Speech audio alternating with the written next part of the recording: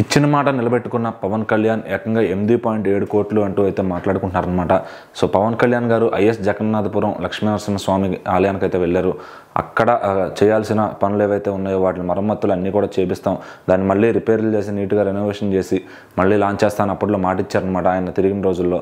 So మరి ఇప్పుడు ఆయన రాజమండ్రి దాకా ఫ్లైట్లో వచ్చి మళ్ళీ అటు ఆ కొయ్యలగూడెం నుంచి మొత్తం ఆ రోడ్ వేలో ట్రావెల్ చేస్తూ అక్కడ కనిపించిన అభిమానులకి హాయ్ చెప్తూ ఆ గుడికైతే వెళ్ళారనమాట.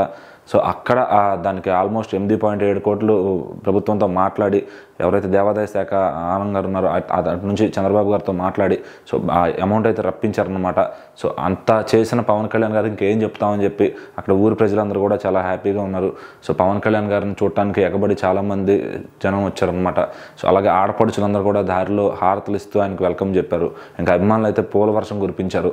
సో ఇట్లా ఆ పవన్ కళ్యాణ్ గారు ఐఎస్ జగన్నాథపురం లక్ష్మీనరసింహస్వామి ఆలయం గురించి 8.7 కోట్ల నిధులను అయితే రప్పించారనమాట గవర్నమెంట్తో మాట్లాడి. ఎందుకంటే ఆయన కేవలం అంతకుముందు నడుస్తూ ఆయన వెళ్తున్నప్పుడు ఇచ్చిన హామీ, సో గెలిపిస్తే మీకు ఇది చేసి పెడతాను అని చెప్పి.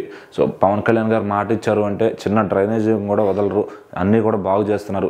అలాగే రోడ్ల మరమ్మతుల నిమిత్తం కూడా 1.5 కోటి దాకా రప్పించారని చెప్పి మాట్లాడుతున్నారు. సో అట్లాగే ఆ గుడి ఇంకా దాన్ని అభివృద్ధి కోసం 30 ఎకరాల భూమి కూడా కేటాయించారు.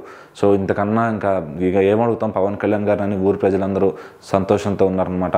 సో ఇంకా సంబరాలు అయితే చేసుకుంటున్నారు. పవన్ కళ్యాణ్ గారు గుడికి వెళ్ళి అక్కడ పూజ చేసుకుని అక్కడ తిరిగి వెళ్తూ దారిలో ఆ ఊర్లో ఉండి పొలం పనులు చేసుకుని వాళ్ళతో ఆగి ఆప్యాయంగా పలకరించి వాళ్ళకి ఫోటోలు ఇచ్చి వాళ్ళతో మాట్లాడుతూ వెళ్ళారనమాట. సో ఇంతకన్నా ఇంకా ఒక నాయకుడు ఒక రోజులో చేయాల్సిన పనే ఉంటుంది. వెళ్ళి మాట్లాడి ఇచ్చిన సమస్యను ఏదైతే ఉందో దాన్ని తీర్చడమే కదా ఒక నాయకుడి లక్షణం అని చెప్పి సోషల్ మీడియాలో కూడా ఫుల్గా ఆ పవన్ కళ్యాణ్ గారికి అయితే అభినందనలు తెలుపుతున్నారనమాట. సో ఇంకా ఆ ఊరు ప్రజలందరూ కూడా మాకు ఈ గుడికి పవన్ కళ్యాణ్ గారు మాట ఇచ్చారు, నిలబెట్టుకున్నారు అని చెప్పి వాళ్ళందరూ కూడా ఎంతో సంతోషంగా వాళ్ళు డిస్కషన్ చేస్తూ ఆ వీడియోలు మాట్లాడిన సోషల్ మీడియాలో అయితే వైరల్ అవుతున్నాయి. సో పవన్ కళ్యాణ్ గారు ఆ ఊరు వెళ్ళడం, ఎందుకంటే ఆయన ఏ ఊరు వెళ్ళినా కూడా అక్కడ ఆయన సమస్య తెలుస్తుంది, ఆ సమస్యని ఆయన పైకి తీసుకువెళ్తారు.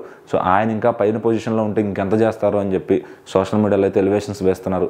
సో మరి పవన్ కళ్యాణ్ గారు ఇంకా ఇలా ఎన్ని సమస్యలు తీరుస్తారు, ప్రతిరోజు ఏ రేటిల్నా కూడా ఆయన సమస్యలు తీర్చడానికే ఉన్నారా అన్నట్టున్నారనమాట. సో మరి ఇక్కడ 30 ఎకరాల భూమి ఇప్పించడం, 8 కోట్ల నిధులు ఇప్పించడం ఇది మామూలు విషయం కాదు. వేరే నాయకుల వల్ల అయితే సాధ్యపడేది కాదేమో.